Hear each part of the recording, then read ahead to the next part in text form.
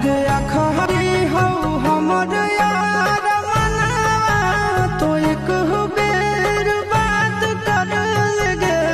आगे सुना यारवा हो भरती पटनवा में आके मुलाकात कर लगे आगे सुना यारवा हो भरती पटनवा में आके मुलाकात कर लगे